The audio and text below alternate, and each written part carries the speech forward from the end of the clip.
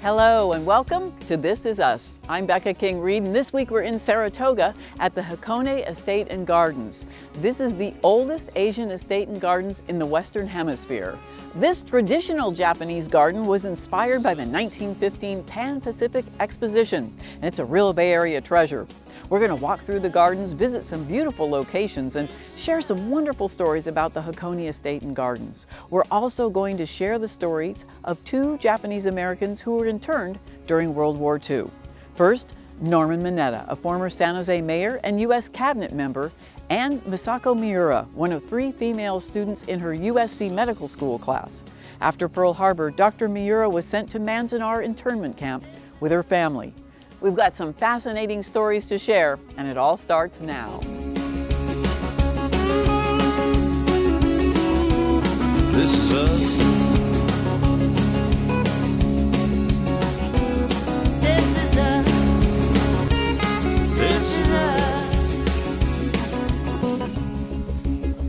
Welcome back to the Hakone Estate and Gardens. I'm with Lon Saavedra, and Lon, this is such a peaceful spot and so beautifully maintained. And tell me the idea behind this garden. How did this get here? Well, Mrs. Stein founded Hakone in 1915. Mrs. Oliver Stein was the leading founder of the opera, the San Francisco Opera.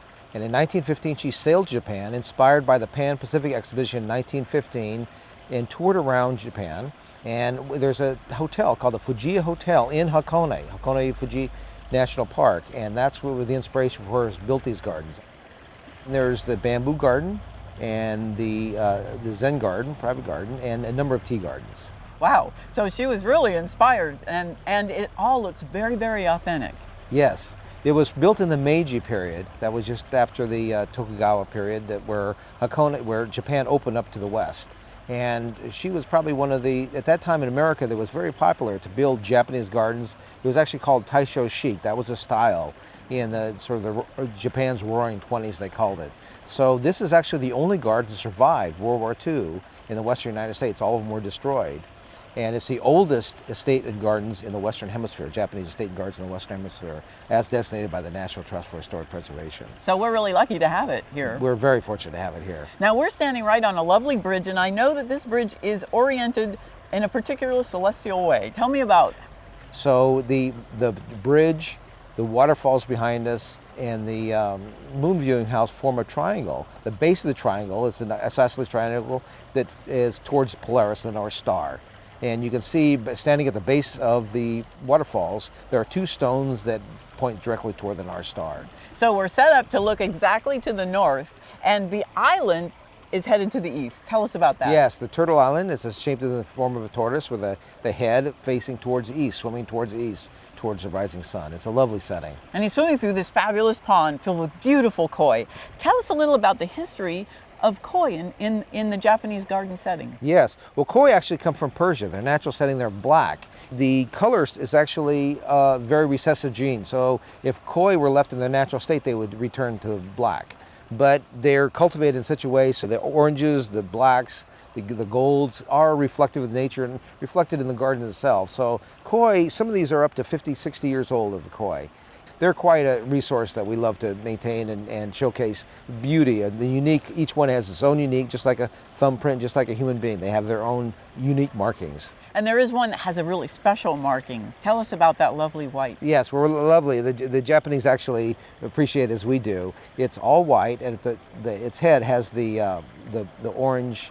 It actually reminds us of the Japanese flag. So again, it's one of the natural mutations that occur in nature. But this one, particularly evolved in such a way that it has a beautiful setting brings us back to our friendship and our love of Japan.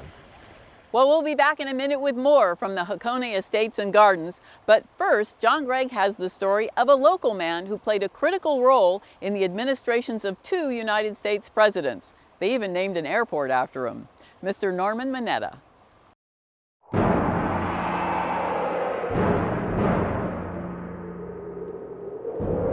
They call it the Cheyenne Wind, and it rips through Wyoming with relentless and remorseless force. However, it was never more chilling or carried more tears than in the spring and summer of 1942 for the 11,000 Japanese Americans that had been interned by the United States government at the Heart Mountain Relocation Center. Well, the day we got there, there was this tremendous wind just blowing across the plain with sagebrush tumbling across the sand and colder than blazes. And for those of us from California, totally unaccustomed to this kind of cold weather. I mean, that's something you drive to. It's not something you find on your front doorstep. Norman Mineta has had a remarkable career in public service, and he's long been San Jose's favorite son. In 1971, he was elected mayor and served as the first American of Asian Pacific ancestry as a mayor of a major American city. He would go on to serve 20 years in Congress representing the Silicon Valley. Later in his career, Mineta was named to President Clinton's cabinet, and he served as Secretary of Commerce, becoming the first Asian Pacific American to serve in a president's cabinet. Despite the fact that Mineta is a longtime Democrat, he was asked to serve in the incoming Republican administration of George W. Bush as Secretary of Transportation. In the harrowing hours of 9/11, it was Mineta who ordered all the planes out of the sky following the terrorist attack that marked that infamous day. History has always shaped Mineta's life, and his ideal boyhood growing up in San Jose was shattered for the first time 67 years ago. December 7th, 1941, a date which will live in infamy. Panic gripped the nation following the attack on Pearl Harbor, and the target of that fear and hysteria were the Japanese Americans. Within 3 months, President Roosevelt had signed Executive Order 9066 that called for the forcible evacuation of the 120,000 Japanese Americans. Entire families were shipped off to 10 deserted and remote imprisonment camps in the western and southern parts of the United States. I've only seen my dad cry 3 times. And the first time was on the 7th of December because he couldn't understand why the land of his birth was now attacking the land of his heart. He loved the United States. Secondly, it was the 29th of May, 1942, when we were boarding the trains and we were pulling out of San Jose, and I looked up and there were all these tears coming down from my dad's face. Despite the guard towers, the isolation, and the fact that they'd been forced from their homes and their jobs, the Japanese Americans persevered, and they did their best to endure their armed captivity. I think philosophically, Japanese and Asians in general, I think have this sort of, it's a phrase in Japanese called shikata ga nai. You can't help it. It's a circumstance that you can't do anything about. And so you try to do the best that you can given the circumstance. And so I think there was a great deal of gaman, which is enduring the hardship, shikata ga nai. You know, this is your fate in life. You got to accept it. And so you sort of just push on based on the circumstances around you and make the best that you can. After the war, Mineta would go on to graduate from San Jose High School and then Cal. His 20 years in Congress were marked by a number of achievements, but his proudest moment came when he helped to lay the groundwork and was instrumental in readdressing the injustices of the Japanese Americans during World War II.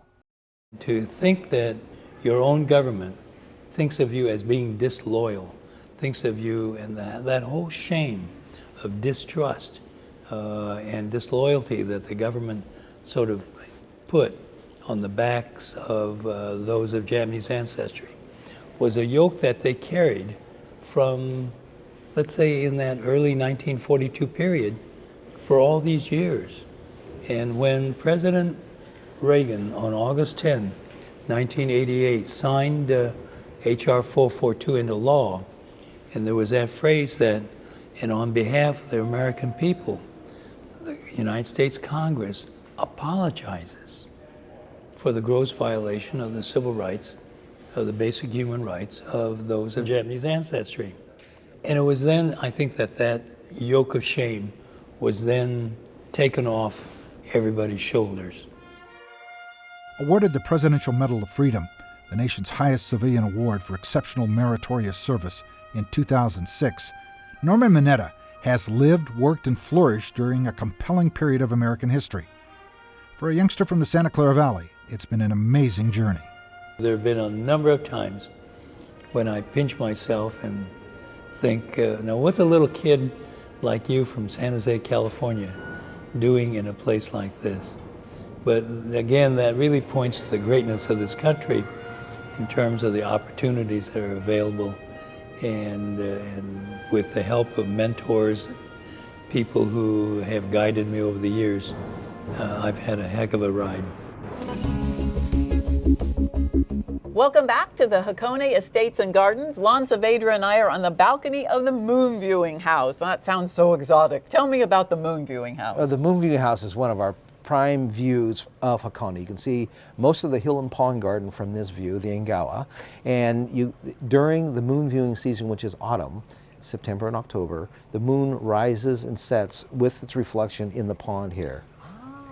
And so we have normally very special celebration for that, especially with some of our friends from Japan tend to be here at that time. We try to do a special gathering and special music, dance, and other kind of traditional ceremony celebrating the moon, the harvest moon. Well, that's fabulous. So you can just watch the moon travel the sky, but in the pond, on the As it's surface. reflected through the pond, it goes across, you can see the turtle, the island with the turtle swimming to the east, and as the moon sets throughout the full moon season time. That must It's be lovely, yes. Now, I know that this house was built in a special way with no nails. Tell us about that. Yes, it's built with tenons and joinery. It was the kind of traditions you have in Japan. Japan, like California, is very earthquake prone. So you don't have the heavy stone, you don't have the kind of material that is a challenge in an earthquake environment. When there's earthquake, the houses tend to be much more durable and stable in that way. So they have a little give. Yes. Yeah, well, it's very clever. Now, there are other homes here, or other buildings here on the estate. Tell me about the lower house. The lower house was built in 1922, and that Mrs. Stein, again, it was Oliver and Isabel Stein had built this estate back then, and it was where they would stay. And they would have entertain guests. They have a lot of prominent people from Japan, performers and artistic people. And that was actually had a form of passive solar that was built out there. It had a little bow of trees before in the entrance area. It was a lovely building at that time. And we'd be able to just restore that. It's actually just been restored, so it has this natural setting. Now, no, the garden is so authentic that it is a place, a choice for directors to shoot movies here that take place in Japan. Tell us a little bit about that. Yes, this was one of the prime film sites for Memoirs of a Geisha, a 3-time Oscar-winning movie. It was filmed here throughout the month of January and part of February of 2005. It was a magnificent, having a film crew here was very, they were very conscious of how delicate this environment is. This building actually was tinted and wrapped with ramps all across it so they can film many of the key scenes of the movie of Geisha, Memoirs of a Geisha. Well, that'll be interesting to look at now. I'd love to see the movie again just to look and see where it was shot. And one of the other things that you have that make it so authentic is the bamboo garden, and you have some really special bamboo back there. We're delighted with our bamboo garden. It's actually a friendship garden, as Hakone really represents a bridging of cultures between the Pacific, across the Pacific, between Asia and the United States. The bamboo garden is, there's stones aligned in such a way that they show the friendship between Mukoshi, a suburb of Kyoto, and Saratoga. Then you have the tortoiseshell bamboo, which is the only grove of tortoiseshell bamboo we have here in North America. Beautiful, rare bamboo that was mutationed in such a way that you can see the tortoise, back of the tortoiseshell coming up through the growth of the bamboo. We'll be back in a minute with more from the gardens, but first we'd like to share the story of a remarkable woman, Dr. Masako Miura. Just after she graduated from medical school, Pearl Harbor was attacked, and she and her entire family were sent away to the Manzanar internment camp. What happened next is hard to believe.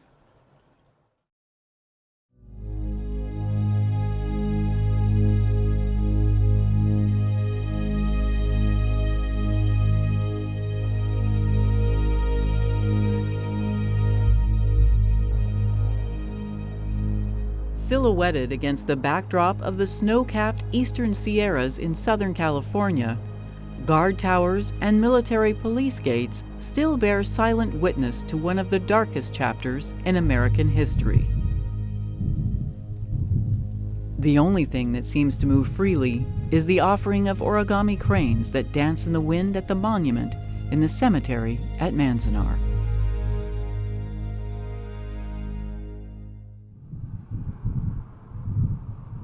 It's hard to imagine a more desolate place, freezing in the winter, with heart-stopping heat in the summer, and sandstorms that could drop you to your knees. Manzanar was one of 10 Japanese-American internment camps that were built during World War II, following the outbreak of war with Japan on December 7, 1941. In the panic that followed Pearl Harbor, Japanese-American citizens were rounded up and sent to what amounted to prison camps for the duration of the war. The internment camp at Manzanar has been turned into a National Historic Site. When people first came here, the barracks were just barely completed, if they were complete. So, you had bare wood floors, no linoleum or wallboard or anything like that. Starting in the summer of 1942, they started putting down linoleum and putting in wallboard. So the barracks did change a little bit. Still, they were never insulated. They had a single hanging light bulb. They had an electrical socket. There was no plumbing indoors. The faucets were outside. People ate in a mess hall 3 times a day, and there were communal latrines and showers separated for men and women. At age 95, Dr. Masako Miura knows a great deal about the history of Manzanar. Her entire family was interned at the camp, and she herself was one of the few physicians who could offer medical help to the people who were held behind the barbed wire. They recruited 5 doctors for Manzanar, and they had 10,000 people in there. Born and raised in Pasadena with her sisters, Dr. Miura has had what can best be described as a remarkable journey. A widow, she now lives alone in a townhouse in Aptos, but she still has vivid memories of her childhood. Well, my dad had a bathhouse. In those days, about 1914, there was no bathtubs in the house. So they all came to, working people came out to the bathhouse and took the baths there. And while there, he had rows of bathhouses on both sides of the building, and I don't know how many there were, but there were quite a number of them. And then my mother had a little corner in the front of the store, or the bathhouse, and she made a little store out of it, where she sold. In those days, the men wore collars, that detachable collars, and so she sold collars, socks, and handkerchiefs. Masako was just like any other young woman growing up in Los Angeles in the 1930s. She graduated from Hollywood High School, where she was an excellent student. She would go on to graduate from the University of Southern California in 1937, and just as impressively, she went on to USC Medical School, where she was only one of 2 women in her class of 1941. Masako was 6 months into her residency and working at LA County Hospital when the Empire of Japan attacked Pearl Harbor. Well, we were kind of surprised because we didn't think anything that Japan would attack like that, and we thought, gee, what are we supposed to do, because we were right in the middle, and we thought, oh my, we didn't know what to do, actually. In the hysteria that followed, President Franklin Roosevelt authorized Executive Order 9066 on February 19, 1942. Japanese nationals and Japanese Americans were forcibly relocated. More than 110,000 people were sent to what were called war relocation camps.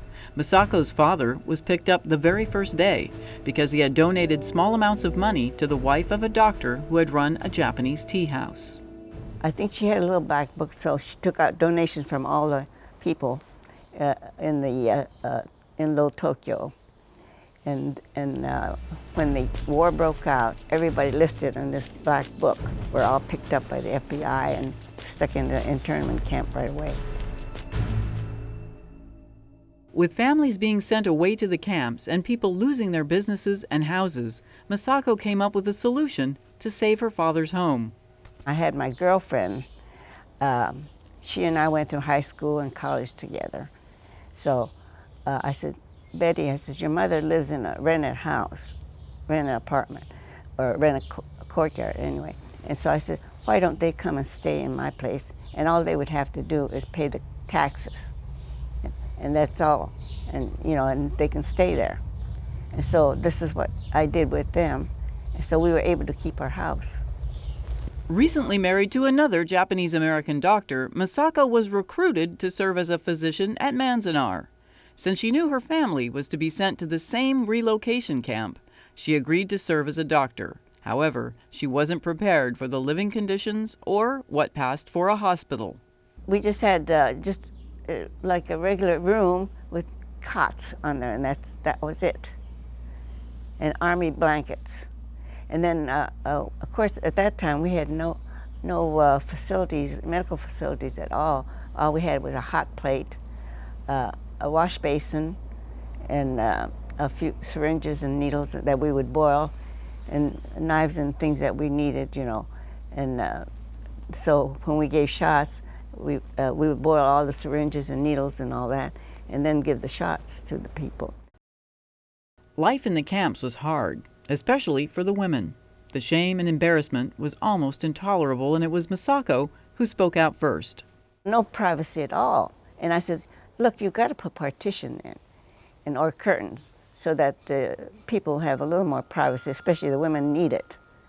And so finally they got around to it, but it took a long while before I could, convince them to do it. Japanese-American Catholic nuns were also interned in the camp, and when the priests came to visit them, Masako again spoke out, this time for the children. I said, well, what we need to do is have some organized play. And so I said, it would be nice if you could bring a baseball bat and ball so that the kids could start playing, baseball and having a little organization in their play.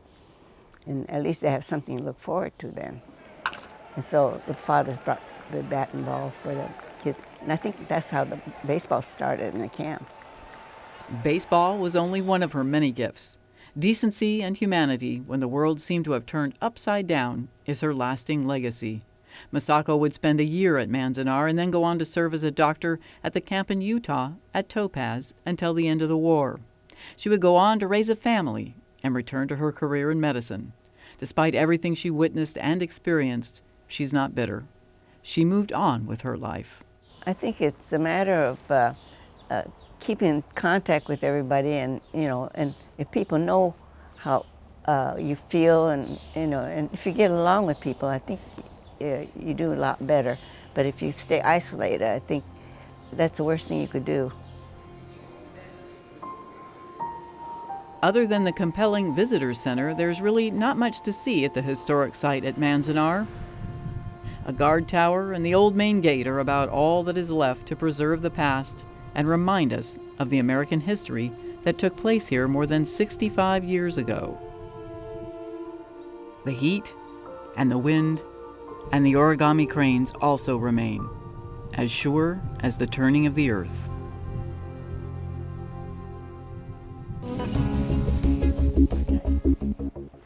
Well, Lon, we have had the best time, but unfortunately, every good thing comes to an end, and now we're going to have to go. But we really want to thank you for allowing us into your estate and gardens. Well, it's a great honor having all of you here. Thank you so much. Oh, you're more than welcome. Thank you as well for watching tonight. For all of us at This Is Us, and for Lon Saavedra from the Hakone Estate and Gardens, I'm Becca King-Reed saying so long. This is us.